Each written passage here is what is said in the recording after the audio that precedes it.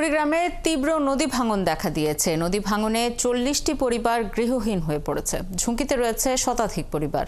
এ নিয়ে আরো খবর জানাতে যোগ দিচ্ছেন সহকর্মী রাজু মুস্তাফিজ। আসলে দুদিন টানা ভারী বৃষ্টিপাতের কারণে নদ নদীগুলোর পানি বাড়লেও বর্তমানে আসলে পানি এখন কমে গেছে। তবে জেলার প্রায় প্রত্যেকটি নদ নদীতে প্রচন্ড ভাঙন শুরু হয়েছে। তিস্তা, ধরলা, ব্রহ্মপুত্র সহ জেলার ১৬টি নদ নদী রয়েছে। এই নদ নদীগুলোর মধ্যে ব্রহ্মপুত্র, ধরলা, তিস্তা সবচেয়ে ভাঙন প্রবণ এবং ভাঙন শুরু হয়েছে। ধরলা আজকে যে অবস্থা, ধরলার বিভিন্ন এলাকায় কুড়িগ্রামের যাত্রাপুরের সরকারপাড়া এবং ব্রহ্মপুত্রের ব্রহ্মপুত্রের বেগমগঞ্জ এলাকার যে একটি চরদ্বীপ রয়েছে, এই চরদ্বীপ চরটাই ভীষণ ভাবে ভাঙছে।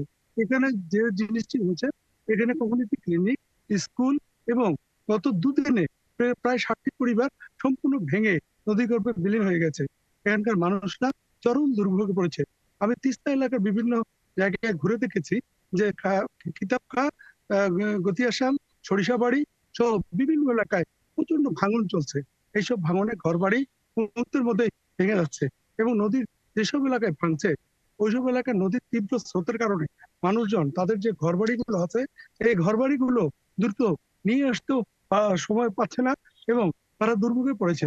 আমি বিভিন্ন এলাকায় ঘুরে দেখেছি যে ওইসব ভাঙন কবলিত মানুষরা তারা বিভিন্ন খোলা জায়গায় মানুষের বাড়িতে অথবা বাঁধের মধ্যে আশ্রয় নিয়ে রাত কাটাচ্ছে।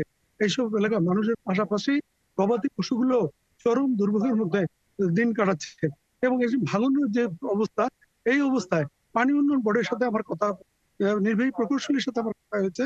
তিনি আমাকে বলেছেন যে আসলে জমি জমা গাছ এবং ক্ষেতের ফসল যেভাবে ভাঙছে, এটি তাদের কোনো বরাদ্দ নেই। তবে স্কুল, কলেজ সহ গুরুত্বপূর্ণ যে স্থাপনা, এই স্থাপনাগুলো রক্ষার জন্য তারা জিও ব্যাগ ফেলছেন এবং ইতিমধ্যে তারা বিভিন্ন দুর্গত তাদের ঊর্ধ্বতন কর্তৃপক্ষকে জানিয়েছেন যে কুড়িগ্রামের এই ভাঙন রোধের জন্য তারা যে অবস্থা, এটির জন্য জরুরিভাবে ব্যবস্থা নেওয়া হয়। আসলে কুড়িগ্রামের যে এবারকার যে অবস্থাটা সৃষ্টি হয়েছে, এই অবস্থাটা আপনাকে বলতে পারি যে কুড়িগ্রামে বন্যা একদিন মাত্র ছিল, কারণ তিস্তা নদীর পানি বিপদসীমার উপর দিয়ে প্রবাহিত হয়েছিল। অন্যান্য নদ নদীগুলোতে পাহাড়ি ঢল এবং বৃষ্টির পানিটা কিছুটা বাড়লেও আসলে তুলনামূলকভাবে তেমন কোনো ক্ষয়ক্ষতি হয়নি। তবে পানি কমার সাথে সাথে যে সারা জেলার বিভিন্ন এলাকায় প্রায় ৩০ কিলোমিটার জায়গা জুড়ে ভাঙন চলছে এবং এই ভাঙনগুলো শুধু এক জায়গায়, এবং ভাঙনের তীব্রতাটা এবার অনেক বেশি। এই ভাঙনের কারণে ঘরবাড়ি, ফসলি জমি, গাছগাছালি সহ বিভিন্ন স্থাপনা সম্পূর্ণ নষ্ট হয়ে গেছে। এই কারণে মানুষের যে দুর্ভোগ, এই জন্য মানুষ, তারা কুড়িগ্রামবাসী দীর্ঘদিন থেকে বলছে যে এই ভাঙন রোধের জন্য তাদের স্থায়ীভাবে বসবাসের জন্য যে কাজটি করা দরকার, এই কাজটি করার জন্য তারা সরকারের কাছে অনুরোধ করছে। তবে নির্বাহী প্রকৌশলী রফিকুল ইসলাম আমাকে বলছেন যে আসলে এখন যে অবস্থা, তাদের কাছে তেমন কোনো বরাদ্দ নেই। যে বরাদ্দটা আছে, এটি জরুরি ভাবে গুরুত্বপূর্ণ স্থান এবং স্কুল, কলেজ এইগুলো রক্ষার জন্য যে ভাঙনের যে কাজটি, এইটিও তারা চেষ্টা করছে।